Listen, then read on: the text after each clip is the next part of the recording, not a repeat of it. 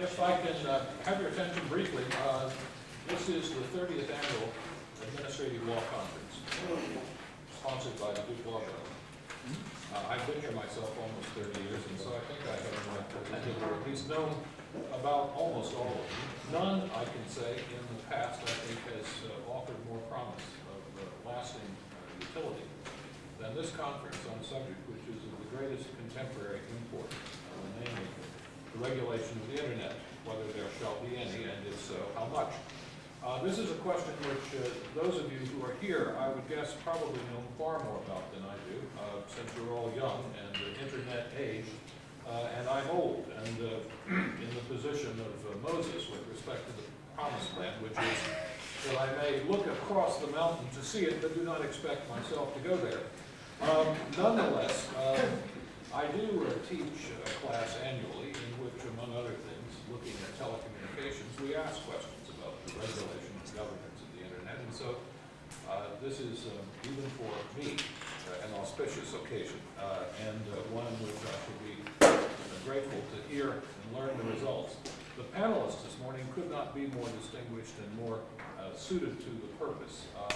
From my side to the far side, we have Jamie Boyle, who is now at American University, who is widely known as among the great cyberspace gurus of our time, someone whose qualifications are not merely those of a lawyer with an intellectual property background, but indeed someone whose grounding in the field is in many directions. And I know from conversations with his friend and my colleague on occasion, Larry Lessig at Harvard, that one of the things that makes Larry value Jamie so highly is that Jamie isn't limited in what he has to think or say about the cyberspace world by an intellectual property background. He's not, as Larry Lessig puts it, just a nuts and bolts lawyer. And so I'm not only pleased to introduce him today to you in the context of this panel, but also to say what I think maybe all of you, but certainly most of you will know, which is that in July, Jamie will become a member of this faculty and will be here for many years to come. Joining Jamie this morning are two other equally distinguished speakers and panelists, Michael Froomkin, who is at the University of Miami and who specializes there in administrative law, but also in Internet regulation, and whose work, both as a scholar and as a practitioner in numerous settings, makes him absolutely an ideal choice for the panel discussion that you will have this morning. And in addition, Jonathan Weinberg at Wayne State, who is now, I think, on leave at the FCC, if I'm not mistaken, or lately. I was recently on leave at the FCC. Right now, I'm on leave at Cardozo Law School. I see, he's at Cardozo. And among the three of these three panelists, you will find that the coverage of the subject is splendid, deep and wide, able, and above all, at least from my point of view, in terms of its attractiveness, given over to three people who are noted for thinking outside the box. So not only do I expect to hear fresh things from this panel, but I think you will find that if you ask them questions, when the time permits, you'll have fresh responses to your questions. So without more, I give you this excellent panel. Thank you. I'd like to thank the Law Journal and Steve Bartlett and the Duke Law School for inviting us here. David has relieved me in part of the burden of making introductions of John and Michael, but I just want to add a few rather more impressionistic remarks and maybe frame the conference. One of the things that is, for me, interesting about this conference is that there's, I think, an uninteresting way to look at administrative law and an interesting one. The uninteresting way would be to say, well, you know, will electronic connectivity change the way that administrative law is practiced? Will we have notice and comment by email, teleconferencing, and so forth? In other words, the Internet is there just being taken as a technology. Administrative law is being taken as a kind of static body of law, and the question is simply what happens when you put the two together. The two people who you're going to hear today presenting papers are are taking a very different view, I think. We're focusing here on ICANN, the Internet Committee on Assigned Names and Numbers, and Professor Froomkin is going to give us a little bit of an explanation of that body. But I think that the issue that you will be hearing, the issues you'll be hearing about today, are issues that present the classic questions of administrative law, the questions of legitimacy, the questions of regulation, the questions of the mix between public and private power, the questions of what kinds of malfunctions organizations have, the ways in which organizations are likely to fail, and the ways in which they're likely to succeed. And in every way, it seems to me the internet presents a challenge to the received body of ideas that the internet gives us about those subjects, which is why the two people we have to talk today are so interesting. Both of them have an administrative law perspective on the net. Both of them are deeply involved in the issues that you're about to hear about. Professor Froomkin asked me to say that, as a disclaimer, that he is involved in an organization called, is it disputes.org, which provides various dispute settling procedures to ICANN, and he wanted me to reveal this to you in case his comments about ICANN were thought to be unduly biased by this. When you hear his criticisms of ICANN, I don't think that you will fear that he has been suborned in any way, perhaps quite the contrary. And Professor Weinberg is actually on Working Group C, which deals with global top-level domain names. I'm going to try and encourage our panel to not use acronyms to the extent possible, which is dealing with some of these issues, some of the most important issues that we're going to be discussing today on a very, very practical level.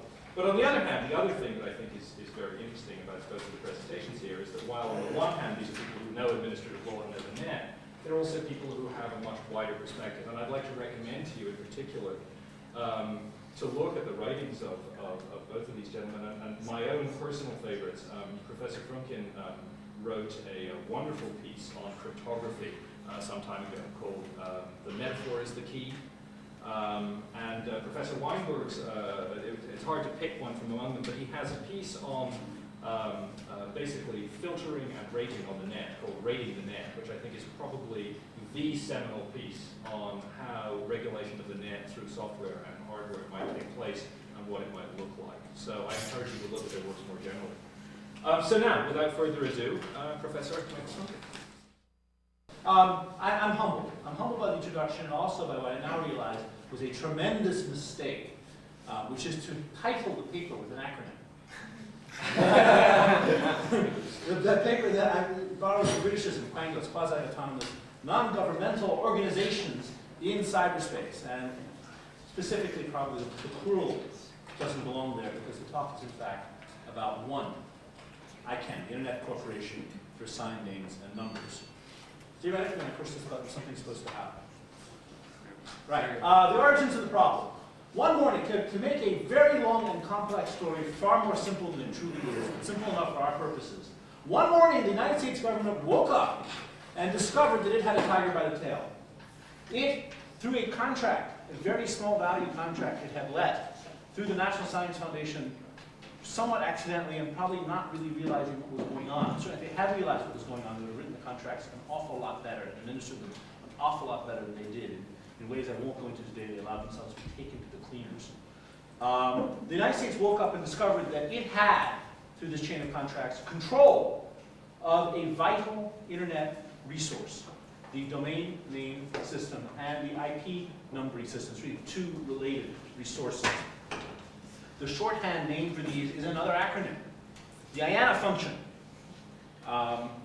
I want to try to explain, through the division of labor, since I don't have any ideas, I get to go and tell you all the facts.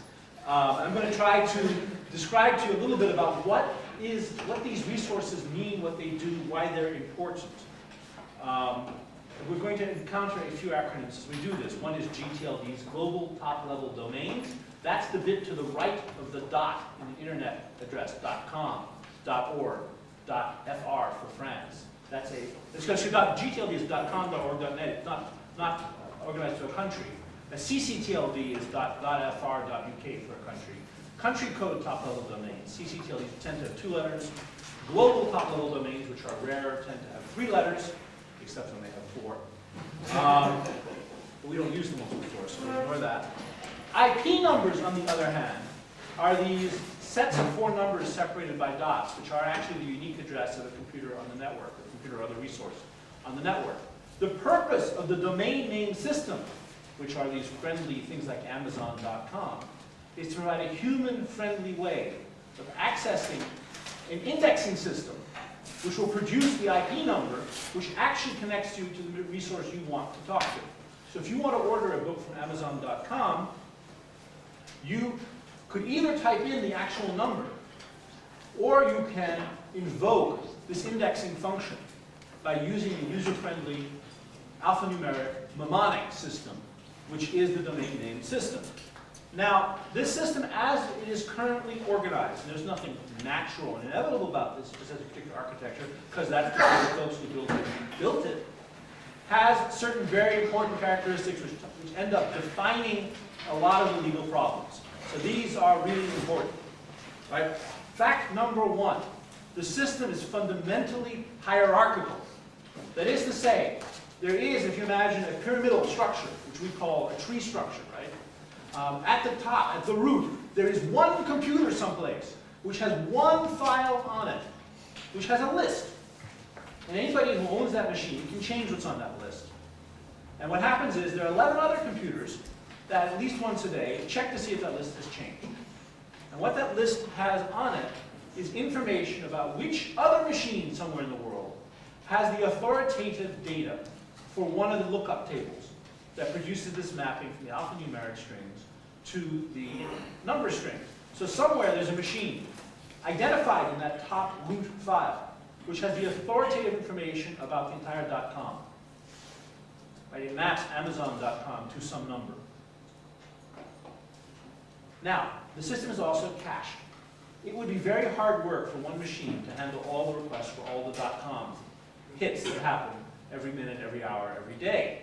So what they do is, these 11 machines which have the authoritative information are themselves visited by other computers, which not only get the information about where the authoritative information lies, but also keep copies of the most frequently requested information.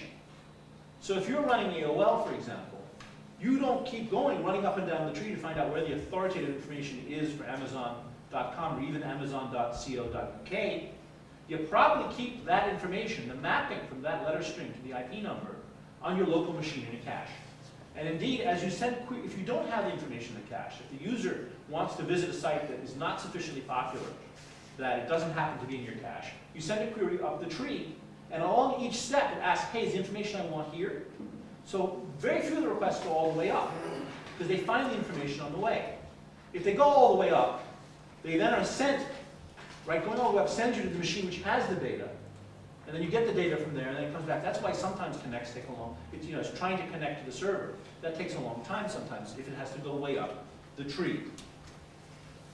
Now, for convenience, we have this distinction between GTLDs like .com and CCTLDs like .us or .fr. That distinction is purely one of nomenclature. From a technological point of view, the two families of top-level domains are exactly identical. And I might add, just somewhat irrelevantly, that the amount of work involved to create a new GTLD has been estimated to be about 7 minutes. Right, so the actual technical work of typing in the right stuff in the file and making sure you got it right is estimated by my friends who seem to know about these things to be about 7 minutes until you get good at it. So whatever reason there is why there's only 7 GTLDs, it's not because it's a lot of work to create them. It would also take about a day or two to propagate the information throughout the whole system. So you bring up .biz tomorrow, it might be, until Monday before the whole world knows about it. The system we have now has produced an architecture of people, whom I've listed on this slide as key players in the system. All right, you have the registry, which is the institution which maintains the file of authoritative mappings for a particular top-level domain. In the case of .com, it is NSI, which is a private corporation and government contractor. You have registrars, who are the people who interface with the customers, who take your money and give you something in exchange. I put it in that vague form because what that something you get, this is a slightly separate issue, is in fact contested terrain. You may think when you pay your 70, 35, or 12, or whatever dollars it is to buy, quote unquote, a .com, that you, quote unquote, own it. The legal view of the people whom you are sending the money to, as reflected in their contract with you, a contract which you cannot bargain about, is that you are entering into a service contract with them, which they can revoke at any time, by the way, for any reason. Note to those of you going to do securities law work, I would disclose this fact in your IPO. Nobody does. I'm just waiting for the first lawsuit. There is an internet service provider in this. Internet service provider may, in fact, also be a registrar or a registrant, but it's also a user of the system. It keeps it cached, probably, and all the rest of it. You've got various machines in the chain which serve DNS information. Again, I mentioned them before, the root zone and the 11 machines at the top of the level. And now we have this ICANN, which is, believe it or not, is going to be the subject of this talk. And lurking in the shadows, we have the United States Department of Commerce, because it's, after a transfer from the National Science Foundation to Commerce a couple years ago, it's now Commerce which has the policy football on these questions. Well, Commerce, as I say, woke up one morning and discovered it had a control over an absolutely essential internet resource. And again, that resource, the really essential part is actually the numbers more than the names, because you can make a connection to a machine if you just know the number. If you can't get a number, it can't be visible in the network. But from the point of view of usability and popular understanding, the naming function is perhaps more important, even if technically it isn't. Anyway, when you've got both of them, you really have control over what is perhaps a unique resource in that there are almost no other things on the internet where you can have a chokehold over something that's so difficult to displace or replicate. I won't say impossible, but very difficult. Commerce realizes that this heretofore sleepy function is about to get exciting because the .com space is filling up with names. Today it's almost full. It wasn't when they started this. .net and .org are also now being used in ways which wasn't originally anticipated. CCTLD alternatives are not widely popular, although interestingly in Florida right now there's a huge marketing blitz for .cc. People stop me in elevators and ask if I've heard about the new clear channel communication top-level domain. It's in fact a group of islands, but they've been marketing it as something different. .us, which is supposedly the United States country code top-level domain, is so abysmally administered that nobody wants really to have anything to do with it. There are competitive issues. At the time Commerce started getting involved, NSI not only had a monopoly on the registry function, remember that's the function of keeping the database, it also had a monopoly with its contract with the government on the registrar function, selling rights to domains at $35 a year, and as far as we can tell, absolutely coining it. More problems. They were running out of IP numbers. This never got any media, but this was in some ways an even more serious problem than the other things. And the reason for it was historical. In the early days of the internet, when no one ever imagined that anybody would actually use this for anything, the folks who ran the internet gave away huge blocks of IP number space to anybody who asked for them. So some people have reservations on huge part of the number space, even if they're not using it. And other people are crying for numbers. Now they've worked out strategies to stretch numbers with non-static, so-called dynamic IP numbers and so on. Those don't work well for some things like DSL. IP numbers matter to folks because there is a faction in the technical community which has me absolutely persuaded that they're going to take over the world, that wants to put an IP number on everything. And when I say everything, I mean cream cheese.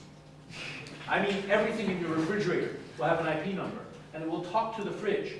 And the fridge will come home and say, what shall I make for dinner tonight? And the fridge will tell you what you can cook based on what's in there. And it'll say, and you really ought to use the milk because it expires tomorrow. Your mom will dial in and find out about the food that's past its sell-by date in your fridge. Your insurance company might want to know about those fatty foods, and so on. You get the idea. IP numbers turn out to be really important. In order to deal with the shortage, there is a proposal which has been basically adopted in principle to move to IP version 6, which vastly increases the number space. This means there are not lots of numbers to give out. It means the number giving out function is important. There are issues about who should control CCTLDs. In the early days, they were given out to anybody who represented to the folks setting up the network that they would do a good job. This often meant academics who are often perhaps not entirely under the government's thumb. In some cases, governments then in other cases, governments contracted with private companies, signed deals which perhaps had terms which were, in retrospect, overly favorable to the companies. There are lots of issues about how this valuable resource should be controlled, and there are people running around, especially in Australia, but in this country as well, arguing that a CCTLD, right, those little letters .us.fr, are in some legal sense an appurtenance of sovereignty and a legitimate subject for international public law. That the letter combinations people use on privately owned machines around the world are subjects of public international law. I'm happy to say that no one's made this argument in public, as far as I can tell, in the last 6 months, because it strikes me as utterly bogus. But the policy workings out of that are still being made if on other grounds. Commerce, again, looking at this problem from the point of view about 2 years ago, also discovered to its horror that people didn't really agree about what should be done about all these things. There was no solution it could produce which would make everybody happy. We know that governing is to choose. We also know that Ira Magaziner was in charge of this process. Still more problems. People were hoarding names. People, since then, this is really hadn't really started as much back there, but now people are paying stupid, silly prices for domain names. Bank of America paid $3 million for loans.com and described it as a strategic investment. I'm still trying to get over that one. A problem which had definitely reared its ugly head when Commerce was worrying about these is the problem of so-called cyber squatting, which is when one person who has no prior intellectual property rights in a term registers a term in which someone else has invested enormous amounts of money, goodwill, and has intellectual property rights.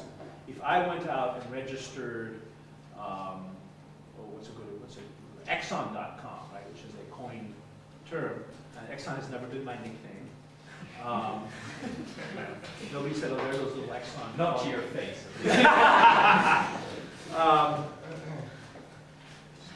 It's a frightening thought. I've been called lots of things, but trust me, Exxon is not one of them.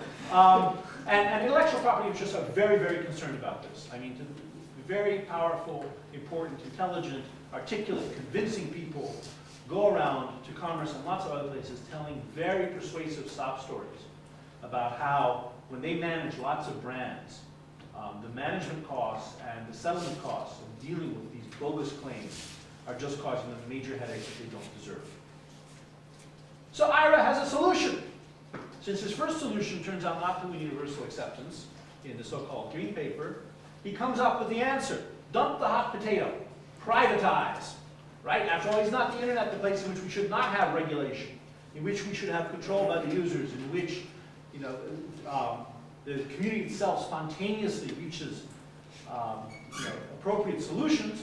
So the white paper, the final Department of Commerce administration thinking on the subject, calls for the formation of what is then called UCO, which will be a private corporation which will take over these functions from Commerce, that being the privatization, the taking over, and sets out 4 principles around which this company should be organized. There are the slide: stability, competition, private bottom-up coordination, and representation. Something for everybody. So everybody signs on to it. Nobody's quite sure what it means, it turns out, but something for everybody. Shortly thereafter, we have what I like to call the virgin birth of ICANN, which is to say ICANN spontaneously forms, sort of in secret like a mushroom, as a California nonprofit corporation, a group of internet worthies who are really not previously identified too much with factions by and large, are brought in on the board to give it gravitas and somewhat successfully do so. It emerges much later that this was not quite as spontaneous as perhaps one had been led to believe, that the people organizing this thing had had consultations, I would go so far as to say collusion, with IRA and other people in the administration, in which various names had been floated and they'd been asked, is this okay? Furthermore, either at the prompting of the US government or otherwise, there was intensive negotiations with the European Union's representative. One of the things driving the Department of Commerce's desire to get out of this business is pressure from the EU, Australia, and some other countries. Why is the US controlling this international resource?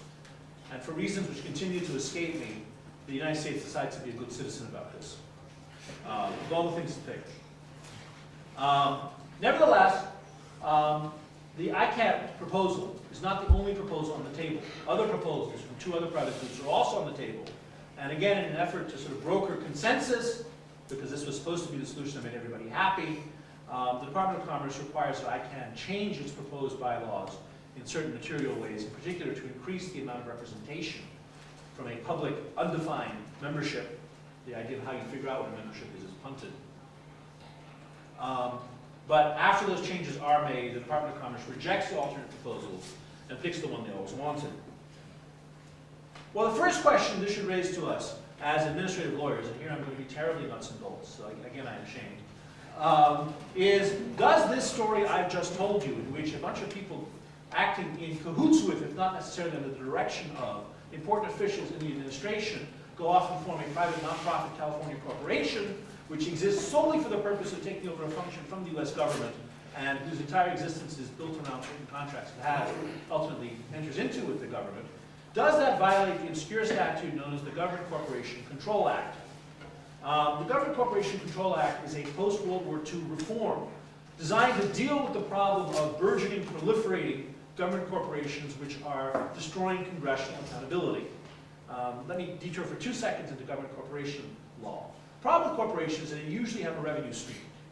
So the Congress's power of the purse is radically eliminated, really, in many cases, because they don't need to go to Congress for money. Oversight is usually zero, because they don't fit neatly into any of the committee structures. They have a charter, which, if it doesn't contain reservations, will create a property interest. They have a statutory charter from the federal government, different from ICANN, which is a standard California corporations charter. But there are a lot of these things created during World War I, the Depression, and World War II. And when the war is over, Congress gets excited about this and decides it's time to clean house. We're going to create a statutory foundation for all of them. Basically, hits the reboot button for most of them. And passes a statute which, among other things, says an agency may establish or acquire a corporation to act as an agency, those are important words, only by or under a law of the United States specifically authorizing the action. There has been a small amount of case law and Comptroller General opinion on what this means. The Comptroller General has opined in a couple of interesting cases that situations where the department either provided the incorporators or instructed somebody else to be an incorporator, that violated the GCCA, even if the charter was a state charter. It's clear that the Department of Commerce has not, in a legal sense, acquired ICANN. Right? ICANN is an independent state law creation, so that part of the GCCA has not been violated. Furthermore, as I look at the facts, and in the written version of this talk, I will set them out in more detail, the Department of Commerce did not formally, as far as we know, establish it either, as the word has been understood in the GCCA. The consultations, although quite sneaky and surprisingly extensive, do not reach the level of control that the courts and the Comptroller General have required to, I think, constitute a violation of GCCA. So although I'm willing to grant that reasonable people might differ on this, my judgment is that merely calling for something to exist, merely creating a process which you say, wouldn't it be wonderful if somebody out there went and built one of these things for us? And oh, hey, thank you for doing it. Wonderful, now we'll have, sweetheart deals with you, which we don't put up for public bid. None of those things amount to a violation of the GCCA as we have it, which is, after all, a relatively toothless statute. The relationship, the formal relationship between ICANN and the government is contractual. The memorandum of understanding, and more recently an actual contract to take over the IANA function. But it's a funny contract. The Department of Commerce does not pay money to ICANN. It doesn't have an appropriation to do it. None of this stuff has congressional authorization specifically. All of it is done by Commerce under its general housekeeping authority or various general bits of authority. The government has always wanted to avoid going to Congress. The administration has always wanted to avoid going to Congress on this for fear of what might happen. So in this agreement, ICANN gets, I've said, semi-control over a resource. It has complete control over the government's part of the resources, but there's nothing stopping someone else from building alternatives, except the fact that nobody would use them. Right? We have this, it's a very strong network effect here. I could instruct my computer at home tomorrow to start being an alternate root server. And if you pointed to it, my computer could serve up to you mappings between names and IP numbers.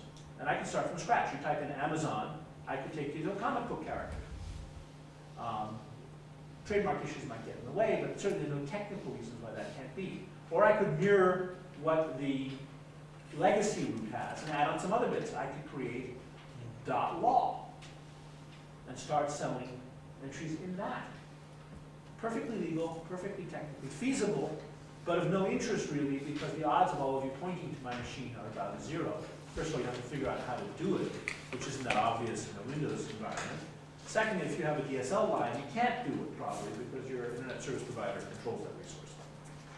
So as a practical matter, ICANN gets control over the DNS and the IP numbering system. It uses this leverage to impose contracts on everybody else in the chain.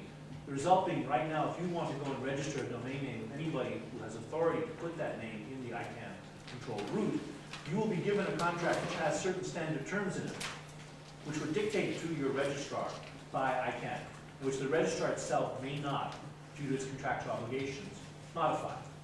This is a contract of double adhesion. Well, okay, ICANN was created. It's up and running. What happens?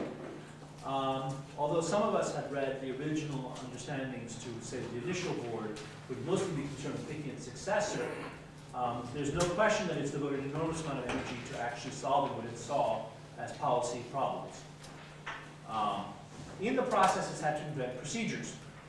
I think the kindest thing I can say about these procedures is that they are ad hoc run rampant.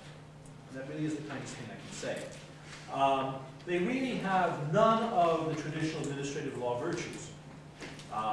They do not ordinarily provide reasonable notice to affected parties. They give you randomly variable amounts of time, unpredictable amounts of time to comment if they give you time at all. They're getting better about that, but it wasn't always the case. The discussions that matter do not, from my perspective, appear to be terribly open. I say this from the perspective of never having been to an ICANN meeting except by electronic participation. One has an enormous sense that discussions are happening off stage. In one case, I participated in the offstage discussions when I was named to an ad hoc committee which advised ICANN. A fascinating experience of being ignored in many ways. They don't have transparent or consistent procedures. There are no protections really that matter against conflicts of interest. Ex-party discussions are the norm, not the exception. The organizational chart, this was produced by an ICANN critic, but this is half the organizational chart. The rest didn't fit on my slide. It's unbelievably Byzantine. I am not willing to say that this was designed with the purpose of dividing and conquering their opponents. It has unquestionably had an effect. If they had set out to design a such structure for that, they could not have done a better job. It is an exhausting business trying to keep up. It is an impossible business if you have a day job, in fact. The structure, furthermore, is weighted in various interesting ways to give greater voting strength. And one measure of strength is what power you have to elect the ICANN board of directors. Half the board ultimately is supposed to be elected from the general membership. The other half, which is the only half that's seated now in addition to the interim directors, or initial directors, are people chosen by 3 different sets of organizations. One's the address supporting organization. This is the people who are in the business of subdelegating IP numbers. You've got the PSO, the protocol supporting organizations, the people who are in charge of writing basic internet protocols. Each one of those groups gets to pick 3 directors. And then you have the most contentious bunch, which is the domain name supporting organizations, subdivided into 7, why 7 I don't know, subgroups, including groups like the business constituency and the trademark constituency, which for some reason are not considered to be the same constituency. I think it's fair to say that among the 7 groups, there's one that represents nonprofits. All the rest represent some kind of business interest involved in the internet. Interestingly, other than the general membership, there is no constituency group in any of the things I've just mentioned to which I would be qualified to be a member. I'm not a trademark holder, I'm not a business, I'm not a nonprofit. I'm just a guy who's interested in the internet and uses it. I don't fit in the structure, except as a member as a part of the general membership. Now, to its credit, if you make enough noise, you might get a hearing. Has happened to me on occasion. But that was as grace and favor, not any structural right in the system. How am I doing on time? You've got the job of explaining ICANN, so I think we give you extra time, Okay. given that you did that. All right. ICANN's made a number of initial decisions. Decisions that I think the Commerce Department couldn't or wouldn't make directly. This has been a very useful structure from Commerce. Commerce keeps the ultimate policy authority here. So there's an issue, really, an administrative law issue about Commerce allowing this contractor to make what seem to be policy decisions for it, and then letting them go into effect without any process. And there's no hearing at the Commerce Department level. It just happens by default. These are sort of informal adjudications, I guess. But it happens. Some of these decisions have been very important. Imposing a uniform dispute policy as a part of the contract of adhesion that requires every registrant to create a third-party beneficiary right of arbitration in favor of any aggrieved trademark holder anywhere in the world. Did you know you were signing that when you got a domain name? Did you know that even if that wasn't in the contract when you signed it, it's been added retroactively since, under the we can amend it at any time provisions? What amounts to price regulation, in many cases, is a wonderful article by Milton Buehler, available through the ICANNWash.org site if you want to read that. Let me go turn to the governance issues. What's the role of the citizen in ICANN? Well, we're customers, right, in one sense. We're internet users. We're a domain name registrant. We might be a user of IP-enabled cream cheese. We may be involved in businesses that are providers, right? They might be ISPs. They might be makers of the cream cheese. They might be involved in e-commerce. We might be trademark holders, or other people who have intellectual property interests, which they're afraid the internet might infringe. So we all interact with the system in those ways. But in terms of being in the system, if you're not eligible to be in one of the business constituencies, you're not a protocol organization, you're not an IP number, distributor rather. Really, your major avenue is membership. Now, in the original draft of the ICANN structure, members were going to be members under the California Nonprofits Code. At some point early on, someone in the ICANN structure, I suspect their general counsel, discovered to his horror that this actually gave you some rights.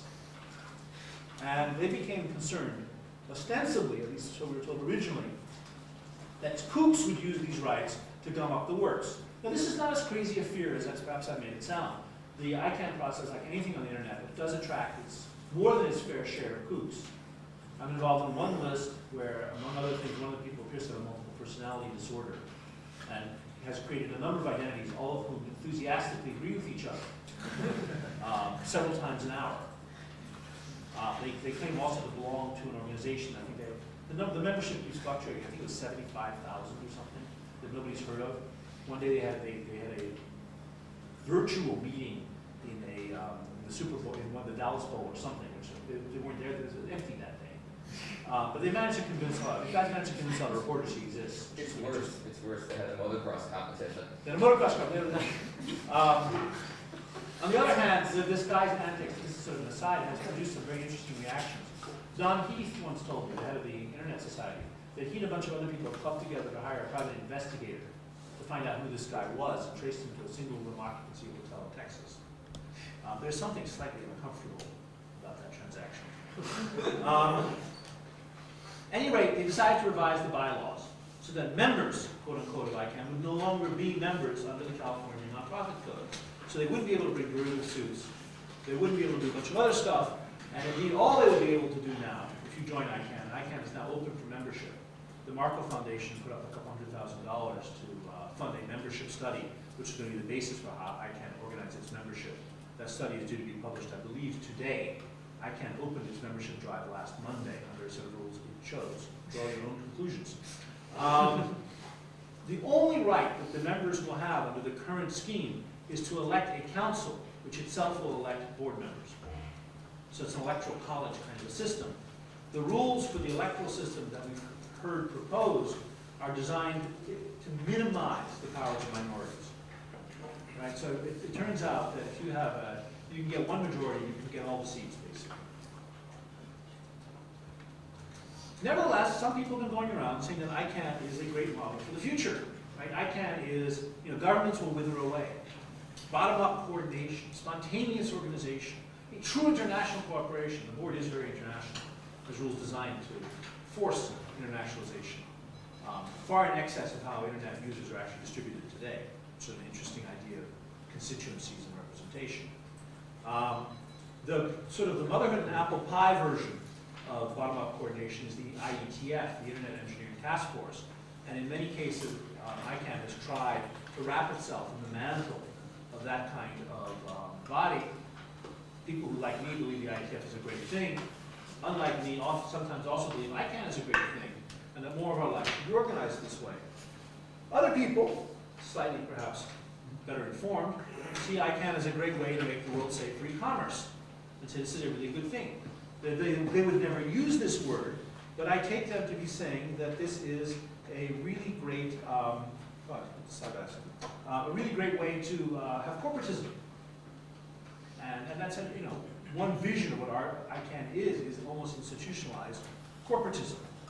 Then there are people who say ICANN's a mistake.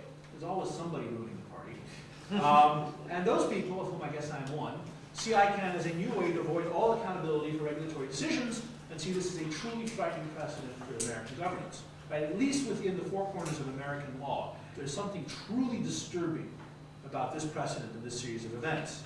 We've created a body which has no market constraints. There's no competitors. It has the only administrative law constraints that are relevant to this entire setup would ever apply to commerce. And it seems to me there's, at the moment, really nobody was standing to invoke any of those. And commerce minimizes the opportunities for this by never saying much. The limited representations of non-business constituencies, there's an interesting role for other governments in this structure, which is sort of meshes in an interesting way with domestic administrative law. If you don't like what ICANN did, there's an internal appeals process, which so far has rejected all the frivolous complaints and refused to decide the ones that look meritorious.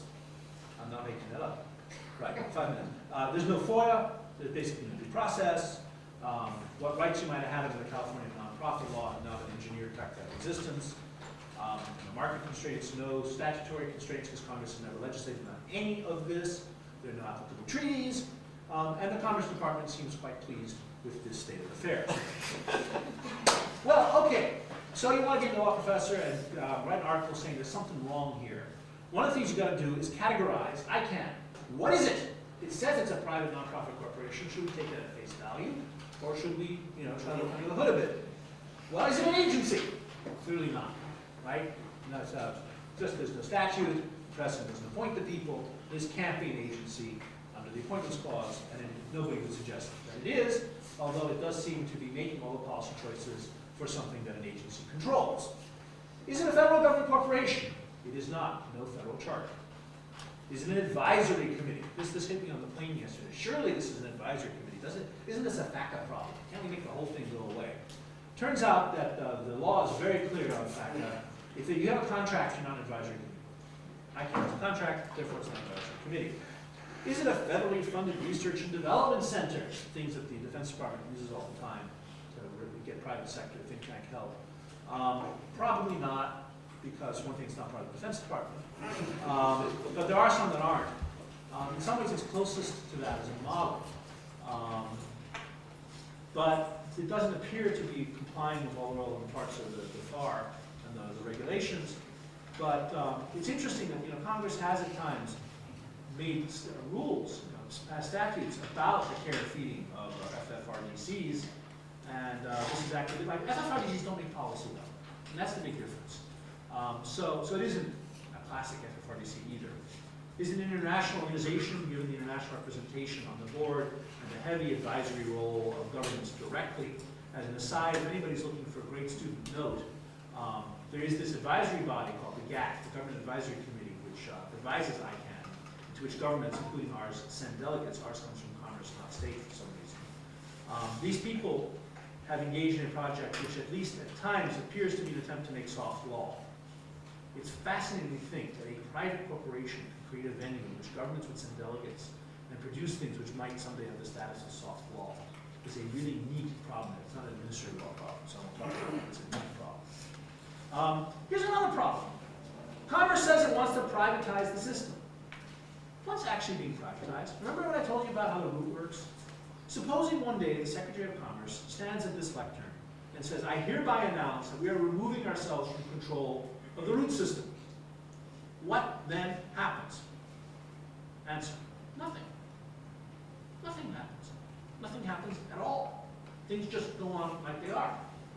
If Congress announced it wanted to move the root machine to another machine, somebody else would have the file, and presumably the 13 people at the top of the 11 or 13 people at the top of the chain would point to that, and everybody below would never notice the difference. So at most what's being privatized is an instruction, a gentleman's agreement to the owners of 11 machines as to where they should point to get their data. At least what's being privatized is one level of review at the top disappears. Is that privatization in any common sense as we know it? And yet a lot of money flows from this because you get control over the resource, you can quote unquote tax it or charge money for it. Can this privatization, such as it is, be done without statute? Well, Congress clearly thought that it could and was intending to announce that it would. The deadline for that has pretty much slipped. The latest statement from Congress is that they certainly don't intend to actually formally make a break, at least until they think nobody's looking. The toughest question, I mean, I've been pretty cool, ICANN, here and elsewhere, but one has to confess, this one's trying to be at least halfway fair, that the question of what ICANN should have been is a terribly hard question. The only reason the government function is historic. The government discovered one day it had this amazing thing. There's no obvious reason to me why this necessarily had to be a government function. The question as to whom the people running this should be responsible is a very debatable question. Should they be responsible to the American public, to the world public, to internet users, to registrants in the system, to propeller heads who understand the real consequences of doing dumb things? I mean, you really can argue this a lot of different ways, and I think Jonathan's going to talk more about that. So I think I will rush past the accountability mechanism, except to mention just one. And that is, as I suggested before, there is no technical bar to the creation of an alternate root system. The ultimate constraint on here, barring law that prevents construction of alternate routes, be it domestic or international law, is if ICANN or somebody else truly abuses their authority over the system in a really painful way. Certainly, setting up an alternate naming system is technically simple. Getting people to use it is socially hard. You really would have to serve up some really great MP3s that are only available through that system. It's probably too late for pornography because I understand that needs already served very well with the current system. An alternate system for numbering is much harder to imagine. It could be done, but that's tougher, much tougher. There are compatibility issues that get very hard. You might have to go to IPv8 or something, create even more numbers. It's hard to get the software to be compatible with that. So there are real problems there. What's the bottom line for us as administrative lawyers? I think we need to reform the GCCA and/or the Advisory Committee Act to deal with this sort of situation. This is something where Congress really ought to focus its attention. Remember the Contras. When Ollie North wanted to help the Contras, what did he do? He wrote a memo suggesting the government create a corporation that would be under his thumb, privately chartered, that would do all the funding. This is not the first time that this idea of creating a corporation to do stuff has occurred to people in government. Far from it. There are other examples as well, which I'll go into in the written paper. This is a recurring issue. This is just the highest profile version of this, and is a legitimate subject for Congress and for all of us who care about good government accountability to be very concerned about. Thank you.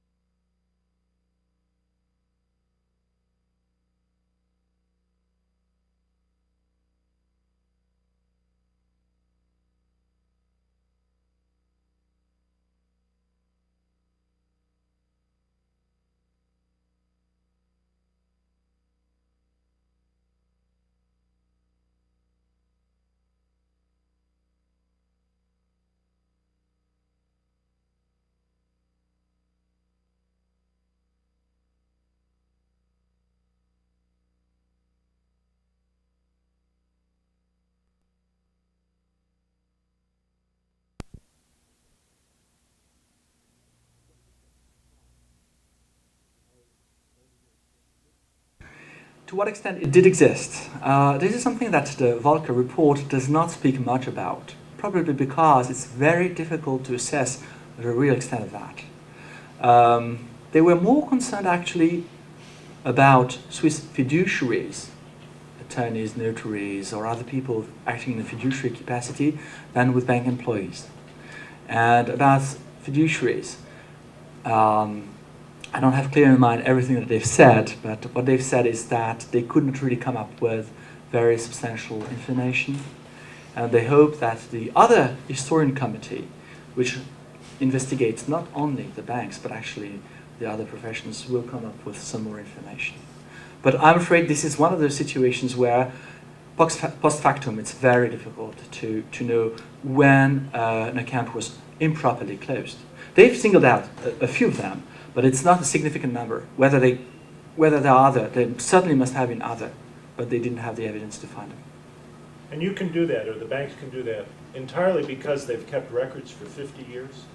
Well, because they've kept records for the very first documents, and then maybe for 50 years, or sometimes for less. Sometimes they've kept records of at the time of closing the account. These are kind of records I haven't seen because currently the accounts we have are all dormant. None has been closed before, but sometimes I guess they have records of the time it was closed, and with those kind of records, they could ascertain whether they knew to whom it was paid. It was paid to unknown. They are numbered in the 25,000 that I've mentioned, and if they're paid to somebody identified as linked with the Nazi regime, they have singled out some of them. Why did they keep this one document? If they're cautious, which is not mandated by law, probably just to show to somebody who will come with a formal statement and say, but there is money in your bank. Look, there is a statement dated 1946. Yes, but look, here in 48 we've paid out. So that might be the reason why they kept it. But they have to keep those kind of documents for 10 years. This is law. Beyond that, I'm not sure that probably they kept it also because they had enough room to store, and when they didn't have enough room, that were all archives that were destroyed, which is a pity. But we know that kind of things happen in all sorts of industries because they didn't think that there was a risk there. Didn't feel that there was a risk. If there are no further questions then, thank Professor Taylor. Thank you very much.